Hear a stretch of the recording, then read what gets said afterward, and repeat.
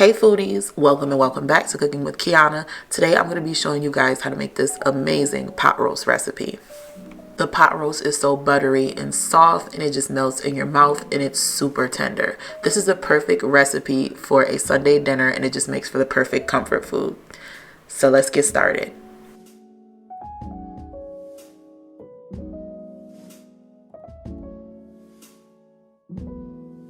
So here are all the ingredients that I'm going to be using for this recipe. You can also find all of those ingredients in the description box below. I will have the measurements listed out as well.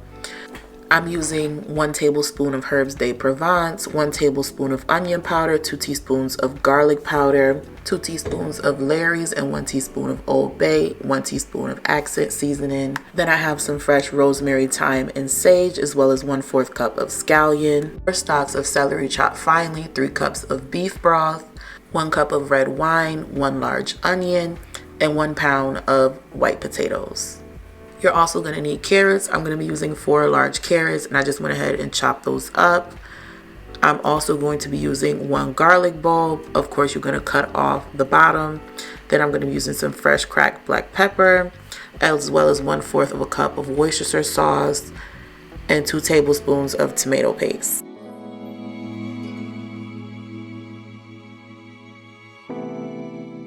Alright, so first I'm going to start off by seasoning up my chuck roast. So what I'm going to do is I'm just going to take all of the seasonings and I'm just going to put them inside of a bowl and mix them all together. So for meat today, I'm going to be using a beef chuck roast. My chuck roast is about 2.74 pounds. So you might want to add a little more or less seasoning depending on how big your chuck roast is. So we're just going to go ahead and give that a good stir until that is well combined.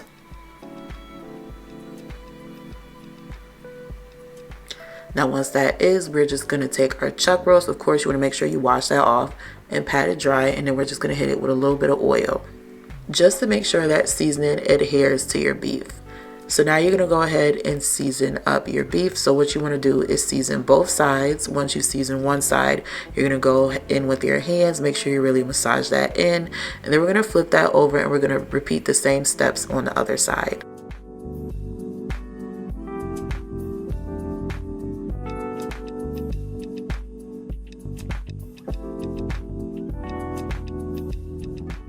So now that our chuck roast is all seasoned, it is time to sear it. So in a cast iron, you're going to go ahead and add either some canola oil or some avocado oil. And then you're going to place your chuck roast in there. And you want to make sure it's on medium to high heat. Now you're going to press that down because you want it to get as much contact to the pan as possible. And you're going to let that cook on each side for about 4 minutes.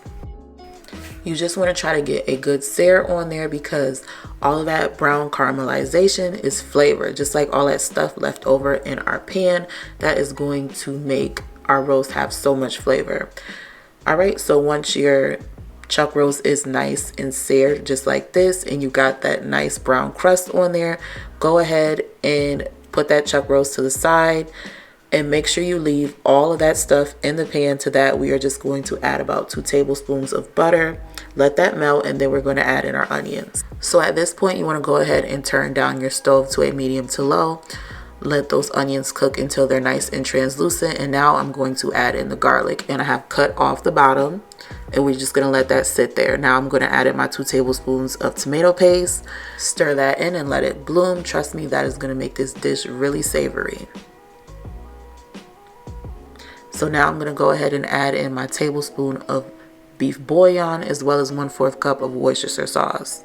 Now just go ahead and stir that all together. Let the flavors marry in with each other. And now I'm going to go in with my 1 cup of red wine. And that is going to help deglaze everything. So we're going to scrape up all those flavors from the bottom because we do not want that to go to waste. That is flavor. Not only that, that red wine is going to make this pot roast so rich in flavor and just so delicious. So I'm just going to go ahead and take all of those juices. I'm going to transfer that into my crock pot. Of course, I'm going to add in the roast as well. And if you want to, you can cook this on top of the stove or you can use a Dutch oven. Totally up to you. But I like to do mine in the crock pot, low and slow. So I'm going to go ahead and add in 3 cups of beef broth. And then we're just going to add all of our herbs on top. And we're going to close that up and we're going to let that go for about 4 hours at first. And make sure your crock pot is on low, okay? All right, so after 4 hours, we are going to open this up and we're going to go ahead and add in our potatoes, our celery, and our carrots. Also, since we added the whole garlic in there, it should give the roast a nice garlicky roasted flavor. Now you can go ahead and squeeze that out and you can have garlic paste in there, or you can just leave it whole. I'm also going to go ahead and add in the scallions. Now, if you want, you can add that in last. It's totally up to you. Now we're going to close this up and we're going to let this go for an additional 4 hours. Now, once the 4 hours is up, in a separate bowl, I'm going to add in 2 tablespoons of cornstarch.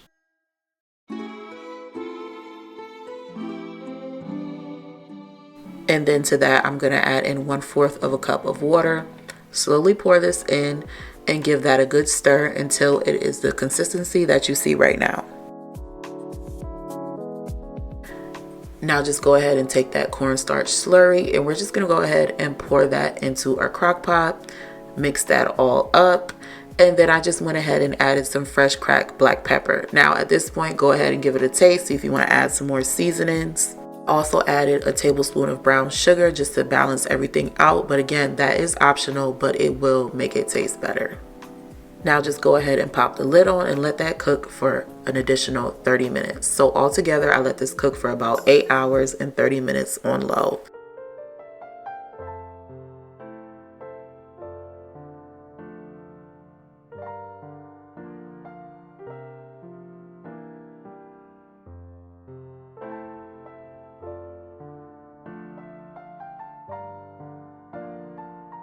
Now that our pot roast is all done, let's go ahead and cut into it. And the trick to know it's done is when you put a fork in there and you spin it, if it spins with ease. And you could just tell that pot roast is nice and juicy and tender. Look at how that just falls apart. So what I like to do is I just like to stir it around and I like to shred it up. Now, but if you want to, you can leave it whole like that. But there you have it. My delicious, easy, slow cooker pot roast. I hope you guys all enjoyed this recipe. If you did, you can find the full recipe in the description box below. Thanks for watching, and I will see you guys in the next video.